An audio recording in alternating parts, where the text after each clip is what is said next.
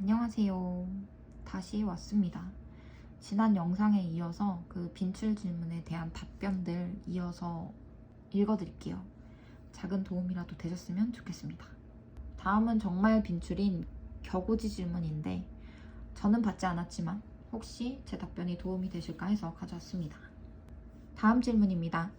만약 합격하여 근무하게 되었는데 발령이 타 지역으로 난다면 어떻게 하겠습니까? 국방에 있어서 근무 지역에 따른 역할의 책임의 차이는 없다고 생각합니다. 제가 어느 곳으로 발령이 나든 그것은 육군 본부에서 제가 그곳에 적합하다고 판단했기 때문이라고 생각하여 자부심을 가지고 근무할 것입니다. 그리고 저는 인도에서 유학 생활을 하며 다양한 문화 차이와 환경의 차이에 적응하며 지내본 경험이 있습니다. 그렇기 때문에 격오지로 발령이 나더라도 잘 적응하여 충분히 제 역할을 수행해낼 수 있을 것입니다. 이렇게 답을 했고, 다음이 이제 창의력 질문인데 창의력, 협동심, 리더십 이런 거는 정말 빈출이니까 잘 준비를 하셔야 될 것 같아요. 네, 협동심은 면접에서 받은 질문이라 그 또 면접 후기 영상에 있으니까 나머지 2개 읽어드릴게요. 다음 질문입니다. 본인의 창의력을 발휘한 경험을 말해보세요. 저는 인도 유학 시절 여행 경비를 마련하기 위한 방법을 고민하다가 직접 플리마켓을 열어본 경험이 있습니다. 당시 인도에서 한국의 제품은 인도 제품보다 좋다는 인식이 강했기 때문에 코리안 유학생이 여는 플리마켓은 충분히 가능성이 있다고 판단하였습니다. 좋은 물건과 좋은 장소를 선정하여 마켓을 진행하였고 대성공을 거두어 목표한 여행 경비를 마련할 수 있었습니다. 이렇게 창의적으로 도전해보고 목표를 이루는 과정을 통해 할 수 있다는 자신감 또한 얻을 수 있었습니다. 다음 질문입니다. 리더십이 무엇이라고 생각하며 리더십을 발휘해본 경험이 있습니까? 공동체 내외 구성원들을 아우르고 협의를 통해 이렇게 말을 어렵게 썼냐? 공동체 내 구성원들을 아우르고 협의를 통해 시너지를 낼 수 있는 방향으로 이끄는 것이 리더십의 중요한 요건이라고 생각합니다. 저는 대학 시절 학과 부회장을 맡아 체험학습을 담당한 경험이 있습니다. 저는 학우들의 의견을 먼저 수집했고 학우들은 매년 같은 장소, 같은 방식에 불만이 있다는 것을 알게 되었습니다. 그래서 저는 고민 끝에 부산국제영화제 체험을 기획하였고 체험학습을 하는 동안 학우들의 만족하는 모습에 큰 보람을 느낄 수 있었습니다. 이러한 경험을 통해 리더로서 구성원들과 소통하는 것이 얼마나 중요한 것인지 배울 수 있었습니다. 이렇게 답변을 만들었는데 이러고 뒤에 포부가 더 들어갔으면 좋았을 것 같아요. 경험만 써놨네요. 창의력도 그렇고 꼭 뒤에 그래서 저는 이런 사람이기 때문에 이렇게 하겠습니다 라고 포부 한 문장이라도 넣어주시면 저는 더 좋을 것 같습니다. 다음 질문은 훈련 관련 질문인데 한번 읽어봐 드릴게요. 다음 질문입니다. 병사와 함께 훈련하게 될 텐데 괜찮습니까? 훈련은 군의 목표를 이루기 위한 예행 연습이라고 생각합니다. 그리고 저는 행정직 군무원이기 전에 군대의 한 구성원으로서 훈련을 함께 해보며 지휘관님을 보좌할 때 저의 맡은 역할을 어떻게 수행해야 할지 더욱 명확하게 인지하고 배울 수 있을 것이라고 생각합니다. 병사들과도 함께 훈련하며 조직의 구성원으로서 일체감을 느끼며 팀워크를 다질 수 있는 귀한 시간이라고 생각하고 성실히 임하겠습니다. 다음 질문입니다. 한미연합훈련에 군무원도 많이 참여했는데 본인의 생각은 어떻습니까? 저는 군무원도 군무원이기 전에 군대의 한 구성원이라고 생각합니다. 군대는 국가의 안보를 위해 힘쓰는 조직입니다. 그리고 훈련은 전쟁을 대비하는 예행 연습이라고 생각합니다. 훈련을 통해 팀워크를 향상시키고 행정직 군무원으로서 비상 상황이 발생했을 때 어떻게 행동해야 하는지 배울 수 있을 것입니다. 그렇기 때문에 한미연합훈련뿐만 아니라 어떠한 훈련이든 적극적으로 참여해야 한다고 생각합니다. 이 2 질문이 다른 질문이긴 하지만 제가 말한 건 좀 비슷하게 느껴지지 않으시나요? 이 2 답변의 포인트는 나는 이 군대의 한 구성원이다 이었거든요. 제가 말하고 싶은 건. 그래서 이러한 관련 질문이 나오면 이렇게 나는 군대의 한 구성원입니다 라고 하고 나머지 부수적인 문장들은 이렇게 연습한 대로 입에 익은 대로 나올 거라고 생각을 하거든요. 어쨌든 이런 게 나오면 함께 잘 해내겠다고 말씀을 하시면 될 것 같습니다. 살면서 좌절했던 경험. 이것도 제가 면접 때 받았던 힘든 경험 극복 사례 말하는 거랑 같은 느낌인데, 만약에 면접에서 뭐 조직에 필요한 게 무엇인가 뭐 이런 식으로 물어봐서 제가 인도에서 문화 존중하는 그 에피소드를 이미 말했다면 이렇게 얘기해야지 하고 또 적어둔 내용이거든요. 또 혹시나 도움이 되실 수 있으니까 읽어드릴게요. 근데 이게 제가 좀 인도에서 유학을 한 게 좀 특이하잖아요. 그래서 도움이 되실까 모르겠지만 큰 틀을 그냥 참고를 하시면 좋을 것 같습니다. 다음 질문입니다. 살면서 좌절했던 경험을 말해보세요. 저는 첫 인도 배낭여행에서 좌절을 했던 경험이 있습니다.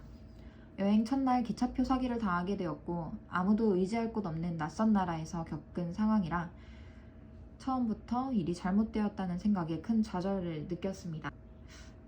큰 좌절을 겪었지만 다시 그러한 일이 일어나지 않도록 일기장에 적어두고, 그리고 사기를 당한 기차표를 지갑에 늘 가지고 다니면서 같은 실수를 반복하지 않기 위해 노력했습니다. 덕분에 그 이후의 여행이나 유학생활 동안 단 한 번도 사기를 당하지 않을 수 있었습니다. 이러한 경험을 통해 좌절의 경험이 성장의 밑거름이 될 수 있다는 것을 깨달을 수 있었습니다. 이렇게 말했는데 또 포부를 말을 안 했네요. 뭐 저 완전 포부 중독자여서 그런지 모르겠지만, 그래서 어쩌고저쩌고 하겠다는 그래도 말 한마디 해줬으면 좋았을 텐데요. 왜냐면 면접에서 질문을 몇 개 못 받으니까 포부를 말할 시간이, 매 질문에 포부가 있어 보이지만 결국 가서 내가 말하는 포부는 한 얼마 되지 않는다는 거죠. 어쨌든 포부는 말하진 않았지만 이렇게 항상 극복한 것까지, 이렇게 좌절했지만 난 극복했다, 이렇게 힘들었지만 난 극복했다, 이런 식으로 극복한 걸 얘기를 하셔야 돼요. 그게 그분들이 궁금한 건 얼마나 고생한 사람인가가 아니라 그 고통을 어떻게 딛고 일어난 사람인가 일 거란 말이죠. 그러니까 그런 거를 잘 염두에 두시면서 답변을 하시면 좋을 것 같아요.